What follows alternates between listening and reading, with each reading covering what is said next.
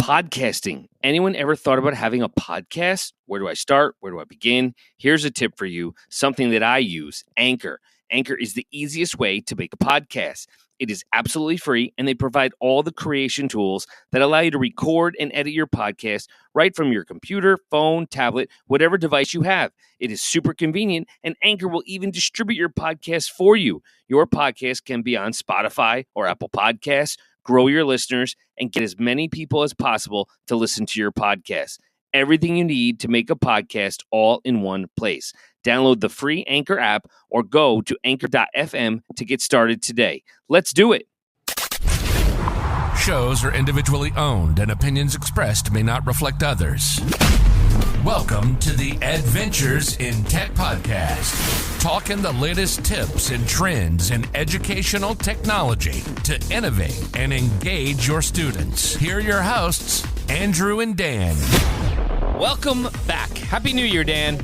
Happy New Year. It is episode 35 of the Adventures in Tech podcast. We are kicking off 2023 with a bang, kind of like a pip. My mouth is on fire. Dan had some interesting popcorn, so if he starts breathing heavily into the microphone, we will know why. Tabasco-flavored cheddar popcorn or pipcorn. Pip. It's a pipcorn. Anyways, off the rails. If you like the content, help us out by providing feedback and a rating on wherever you download your podcast from. 5-star reviews. Greatly appreciate your support. Lots going on. So we want to talk about ISTE. It is, at the time of this recording, it is January 10th, and ISTE Philly 2023 Discover Your Next has officially opened registration. Right, today was the opening day. As of today. So, and if you want to attend ISTE, it is definitely possible because I think almost all school districts will be out of session at this point. I would say. You know, it starts June 25th in Philly. Through the June 28th. So typically, sometimes it's that last week, depending upon schools in the Northeast.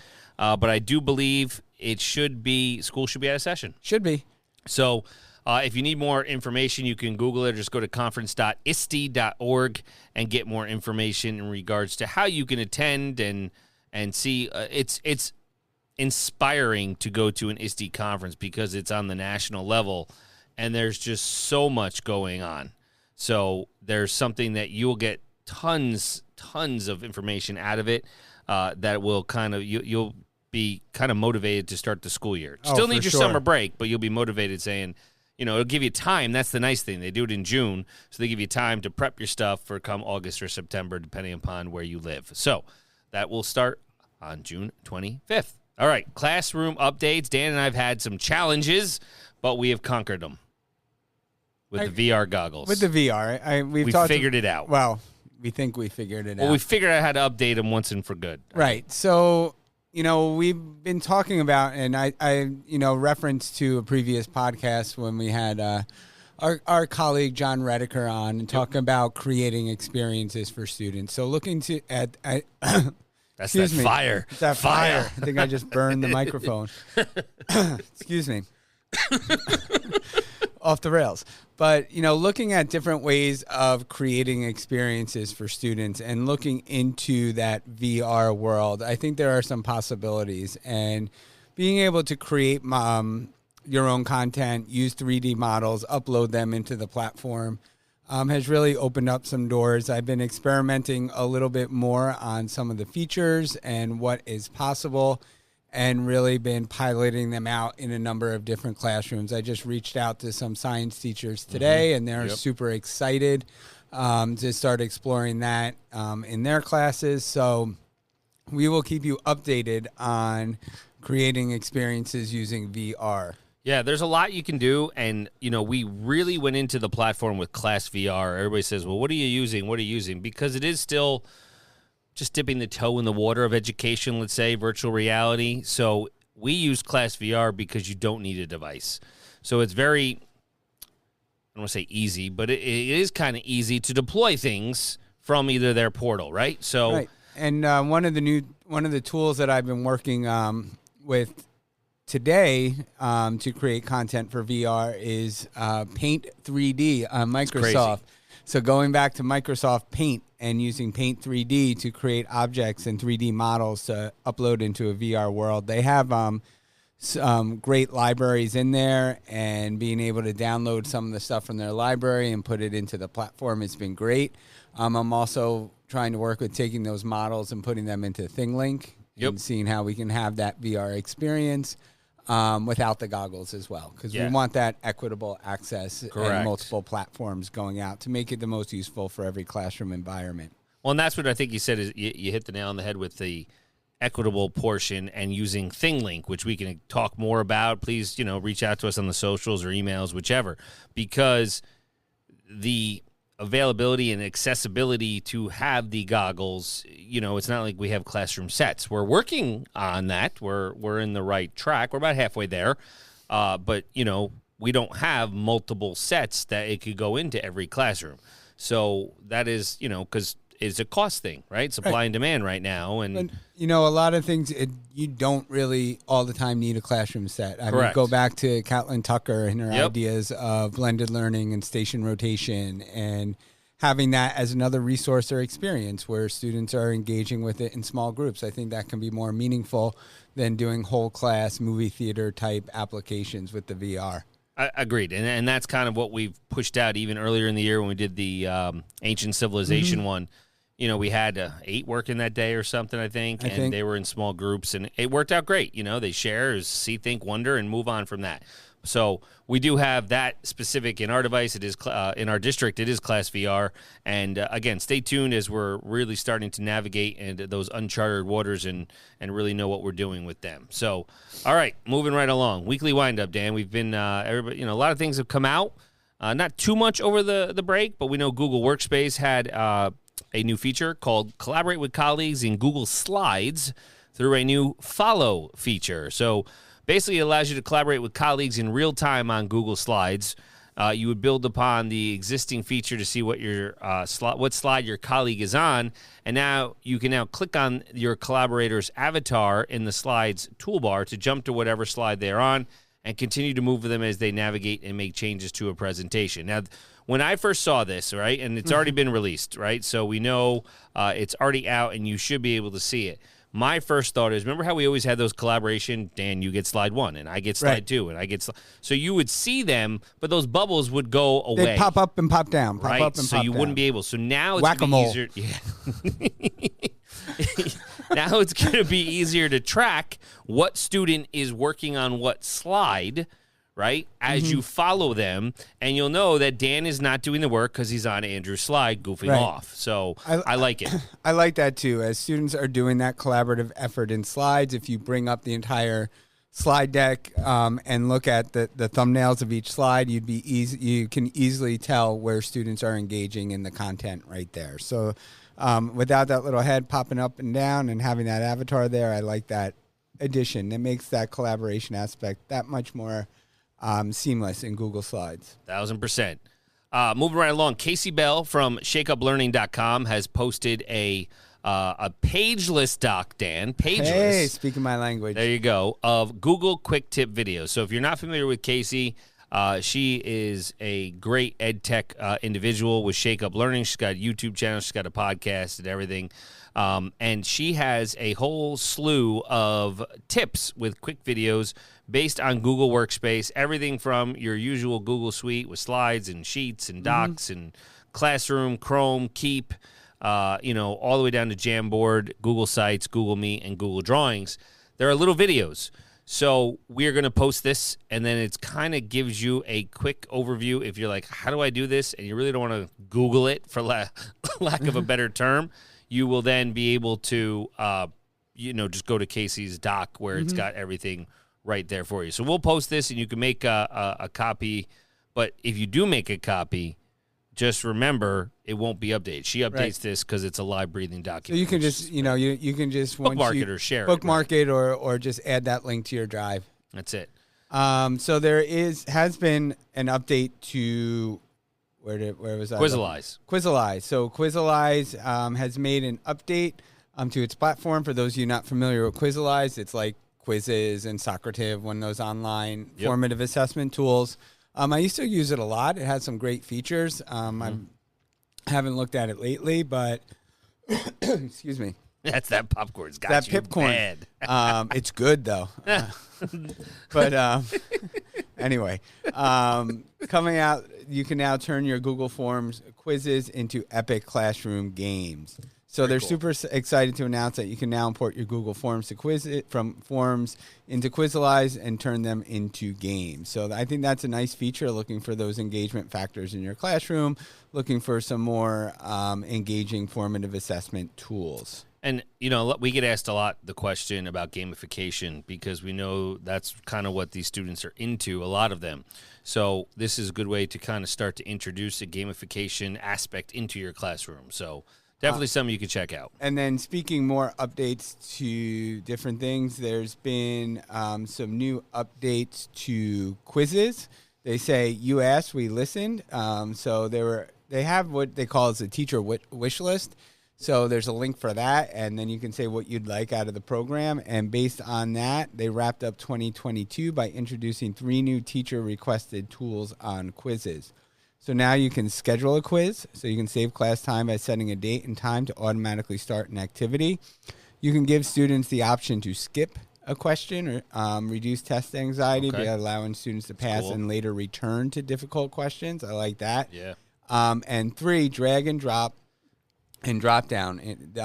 So there's drag and drop type questions and a drop down menu. So this can encourage critical thinking and practice for future test formats with 2 new question types. We're seeing all of these platforms, you know, that have to do with formative assessment and quizzing really upping their game with all kinds of features that have been requested by users. So good things to see coming out of Quizalize and quizzes. And I know hopefully soon we have another thing that we can talk about that's similar. So stay tuned. That'll be on a future episode. Absolutely. As we were talking about that. All right, last but not least, friend of the podcast, Eric Kurtz, Control-Alt-Achieve. If you have not seen this, and he's actually, you know, at the time of this recording, he will be hosting a webinar on how to use this feature. But Eric is on Control-Alt-Achieve and Google Slides photo words. So basically, I love this. Yeah, you can put any words you want in, and you can have the photo fill it in instead of regular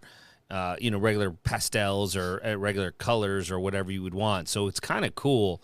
And association. And he has some cool photo word projects. So I know we have the link to it that will be in the show notes. So definitely check it out. It'll give you some cool ideas. And he does have a webinar. Yeah. So that's on January 12th. Yep. And we'll put that in there. And I'm sure he's going to record it, so it'll be on his YouTube channel after the fact. So, all right. So, you know, Dan, let me ask you this question. So typically, beginning of the year, what does everybody do? January 1st comes, what do we do? We make all these resolutions. Right. And do we typically, or how long do we stick to them?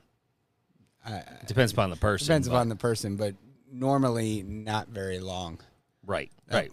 You know, so when we were talking about this week's episode, and we've had a lot of interviews and a lot of things lately, we talked about self-reflection and a bunch of things of what you could kind of do. So there was a lot of articles out there, and I'm first going to start with this somebody, nobody syndrome, right?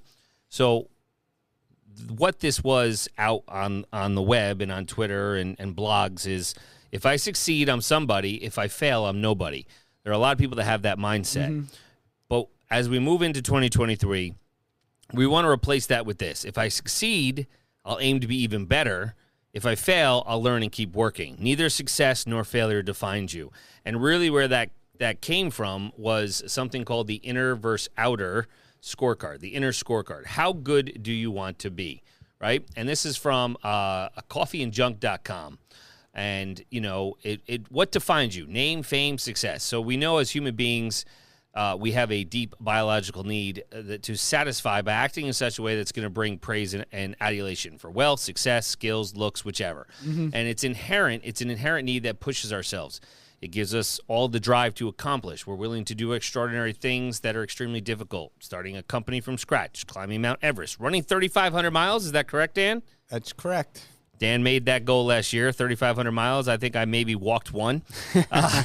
Solving a supposedly unsolvable theorem, or, trying to settle on Mars. It's all well and good, but the byproduct of that behavior is the need to compare ourselves with others. It's human nature. Right, and it seems a lot of that is based on extrinsic motivation. Right. So those problems come when we compromise, or the problems come when we start compromising our own standards, those that we've set for ourselves in order to earn more adoration tokens from others. So you can be anything you want, but we can't be everything, right? And when we compare ourselves to others, we're often comparing the best features against our average ones. We naturally want to be better than others, but the unconscious realization that we're not can become self-destructive. So comparing ourselves to others allows them to drive our behavior, which is definitely a bad sign. And Warren Buffett, if you're not familiar, but I think everybody is with Warren Buffett, his beautiful saying is, the big question about how people behave is whether they've got an inner scorecard or an outer scorecard. It helps if you can be satisfied with an inner scorecard. And basically, maintaining that outer scorecard means being concerned by how the world sees you and think of you and how you are perceived in comparison to others, and then acting according to that. On the other hand, the inner scorecard is something which you maintain for yourself without thinking much about what people will be thinking of you. All right? So you have to decide whether you're bowling well or not. All right? The batsman's going to hit you for 4s and 6s anyways, let's be honest, right? But it makes an impact in the sense that the scoreboard is just a superficial judge of the game. Winning the game doesn't necessarily mean that you've bowled well. Losing the game also doesn't mean the opposite. You set the standard for your own skill sets and achievements, no matter the result, no matter how many 6s, 4s, whatever you get, all right? You have to be your own judge, not the scoreboard, not the batsman, not anything else. So it really forces you to ask yourself, as we think of 2023 and self-reflection, how good do I want to be? What standards am I going to judge myself by? And not just personally, I'm also thinking from the education component, right? What's going to define you as you're successful with your students? I don't want to say it's just a test score. Sure, that's a portion, right? It's not an evaluation. How do you know? And I think this goes back to an episode with a past guest is, what's going to make you memorable? We talk about these experiences and creating, experiences to make teaching memorable. Dan, you always talk about that teacher who, what was the name? That you would always remember and say, it wasn't that they were the flashy. It was just the way they presented the topic or the lesson, right? I think that's in a lot of the case. And I think when you look at that, and we look at it in the realm of education, as you bring up the idea of the scorecards, that inner scorecard is really based on a lot of self-reflection, looking back at your effort, your values, your principles, your standards, your commitment, and your performance. I think as educators, we have to remember to be self-reflective of ourselves as professionals to build up that inner scorecard. When we deliver our lessons, do we reflect back on it and say, where did I stand in this lesson? What could I have done better? All right, this didn't work. Why didn't it work? Where can I make those adjustments? Where can I improve it for everyone? Instead of looking at those, there are external factors that are out there, but, I remember getting started in the classroom and I had a mentor and, when she said when things start going wrong and you start pointing fingers, there's always 3 fingers pointed back at you. Correct. So, and you can control those 3 things that are pointed back at you. So reflect on what you have control of and then look to enhance that experience. And I think, listen, this is, we're getting deep on you this episode, right? And as much as we goofed off about popcorn in the beginning, but this is something that it challenges your inner being in the sense I was talking about Warren Buffett. He's worth $106 billion, right? And Nick Saban's won 7 national titles, not last night, obviously, with Georgia winning, but in Alabama, right? But they live by the inner scorecard, right? And so we know there's those 2 ways. So when you think of 2 ways to measure success, you have your outer and your inner scorecard. And like you were just saying, most of us, I would say the majority of us, use that outer scorecard because we want to measure it with fame, money, status, influence, accolades, right? Pats on the back, recognition, achievement. It's all that, like you said, that extrinsic motivation. But the outer scorecard is fickle. It's defined by what the world thinks. And the problem is it's outcome focused. What is the outcome? Mostly, outcomes are out of our control. You can't control what happened at home before a kid took the Regents. Right. Or a 3rd grade test. You can't, right? So playing by that scorecard is the fool's game. The best way to measure success, okay, is the inner scorecard. And here are the key points with that. Effort, values, principles, standards, excellent, commitment, and performance. That's all based on intrinsic motivation. It's reliable. It's defined only by what you think. The approach is process-focused, and the process is all within your control. The best, the Warren Buffett's in that, play by that scorecard. Live in the present, focus on the process, ignore the external voices, perform to your standard, and forget about the outcome. Nothing else matters. I think that's just... I think that was a nice topic of conversation to bring up. But, especially as we move forward, there's a lot that we've been talking about in the last few weeks about, the emergence of AI and all these different things that are, are definitely out of our control and then what can we do? We look at the process. As teachers, we look at the process. We learned as educators that there's an art to teaching. There's a craft. There's different ways of reaching students. We've all been, learned about, adolescent development, psychological development, learning theories, all these different things. And we should reflect back on that, because being an educator is more than just, dates, facts, content. We really need to educate a child. We need to build up the learning capabilities of our students, and there are ways of doing it. So being reflective on that process, that pedagogy, I think will help create experiences for students. And that's going to drive it. So, when we talk about this topic, as we wrap this up, the question to pose is how you're going to measure your own success is going to largely determine how successful you'll be. And, this is January. It's early January. Now is the great time to build your inner scorecard for the new year, for 2023. Set yourself up to have and kind of reflect upon yourself, goals that you have for 2023, and go off the inner scorecard manner. That's what I would kind of recommend as we try to move forward into this year. Now, we're going to get a little deep on something different now, right? We haven't talked about project-based learning recently, and our good old friend AJ Giuliani, has actually recently posted something. How do you manage it? Because I think that's part of the thing, Dan, right? There's the fear of, I don't want to say letting go, but it's almost you don't have the control, right? Right. So he wrote a whole article about how do you manage those project-based classes. And again, depending upon your level and your content, you're not going to have just a strictly project-based class. Mm-hmm. But there are opportunities where you will be able to, provide these opportunities for your students to have those project-based experiences. Right.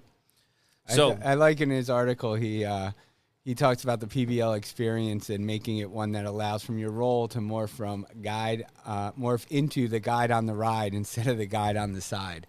So that's a new evolution, because we always talk about how we want to move the center of the classroom away from the teacher, and the teacher can be that collaborator, that guide on the side. I like the addition of guide on the ride, because we're all on that journey together. Correct. Yeah, I mean, it's great. And he has a link that we can really talk about that expands upon that. You're going to have to give up some creative control, right? And we know that, but you will have the structure during the project that and to help provide you for students. Now, Dan and I were both trained in PBL Works, along with Tara and John and Christine and Kristen, good PD friends of ours. So when we talk about project-based learning and managing it, right, you have to kind of almost go with the UDL principles, as you always mentioned, Dan, and go backwards by design and everything. But 4 ways to manage it, AJ talks about, is you can give choice and ownership while still providing that clear structure. Right. And we know that that's a trap, right? Is if you're giving them all these, 18 specific steps, he says, for students to follow with an extremely detailed rubric. Now, that's a very structured product, but you're also going to get back the exact same product from every student or group, right? It's a recipe-based learning, not project-based learning. You've kind of dictated the ingredients, so to speak. But, there's trap number 2. If you give too much freedom and structure, time, and checkpoints, this leads to stalling at certain points and never getting to the actual creation piece, or getting there too quickly. Yeah. So he talks about the phases that, in a book that he wrote with Launch. So when you're doing this, you're going to, it's an acronym for look, listen, and learn, right? Have the students, the goal is awareness, right? And then you go to ask tons of questions. And the curiosity kind of starts to morph the project into what it needs to be. Why are they asking questions? They share those questions, wherever. It could be online, it could be, in-house, whichever, but they have to ask tons of questions. And, you go to the launch, it's an acronym. It's look, listen, learn. As Andrew said, ask tons of questions, understanding the process and or problem. So going through some authentic research experience, then what you get with your research, you navigate the ideas, you create a prototype, you highlight and fix that prototype, and then you launch it to an audience. Now, I've read AJ's book, Launch, years ago. It's design thinking. Right. And we've talked a lot about design thinking. And really, I think putting in that element of design thinking into your classroom, whether it's PBL-based or on other things, what that really does is allows the students to build empathy, but it's also a very metacognitive process where the students are thinking about their thinking. Right. Which is then taking it to another level. So if you're looking at that, empowering those students through design thinking naturally lends that to students developing an action plan, which is number 2. As before you go into something that students should really be thinking about their action plan and set that out before they start going into the process. So basically it's backwards design for students, helps them create goals and a structure for their creative work. Right, and then from there, when we get into the next way to manage PBL is the short conferences that pack a punch. And we know conferences are one of the most underutilized approaches to managing PBL, but they can be extremely practical and powerful when done with purpose, right? And they don't need to be long or arduous. It's for the teacher or the students. So John Spencer laid out 3 types of student conferences. You have the focus for feedback, right? Mm-hmm. Reflection and mastery. Right, so the teacher role would be to answer questions, and the students asking questions for feedback.